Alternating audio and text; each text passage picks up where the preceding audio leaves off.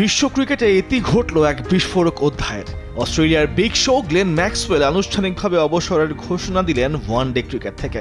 শরীরের ধকলের সাথে আর পেরে না উঠতে পেরে সরে দাঁড়ালেন 2027 বিশ্বকাপের রাস্তা থেকেও। জোর করে স্রোতের বিপরীতে নিজের জায়গা ধরে না রেখে দলের বোঝা না হয়ে নতুনদের জন্য ছেড়ে দিলেন জাতীয় দলের পথ।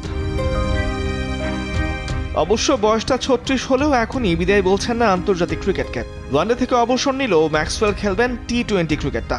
বরং লক্ষ্য স্থির করেছেন 2026 সালে ভারত ও শ্রীলঙ্কায় মাঠে গড়াতে যাওয়া টি-20 বিশ্বকাপকে। সোমবার দ্য ফাইনাল ওয়ার্ড পডকাস্টে অংশ নিয়ে নিজের এই সিদ্ধান্তের কথা জানান তিনি।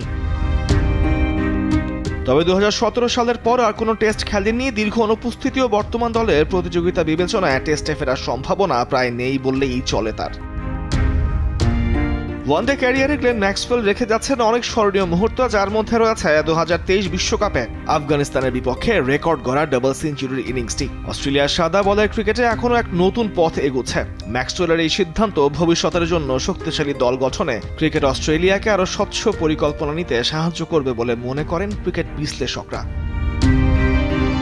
2012 সালের অগস্টে অভিষেক হয় ম্যাক্সওয়েলের। জাতীয় দলের হয়ে 149 ওয়ানডে খেলে 33.81 গড়ে অবিশ্বাস্য প্রায় 127 স্ট্রাইক রেটে 3990 রান এই ডানহাতি ব্যাটারের পাশে। 2023 বিশ্বকাপে আফগানিস্তানের বিপক্ষে হ্যামস্ট্রিং চোট নিয়েও তার একা ম্যাচ জেতানো 201 রানের ইনিংসটি অনেকের মতে ওয়ানডে ইতিহাসের সর্বকালের সেরা ইনিংসগুলোর মধ্যে একটি। অফ স্পিনে এই সংস্করণে নিয়েছেন তিনি 77 উইকেট, দুর্দান্ত ফিল্ডার হিসেবে লুফেছেন 91টি ক্যাচও। তামিমুর রহমান, স্পোর্টস ডেস্ক, দেশ টিভি।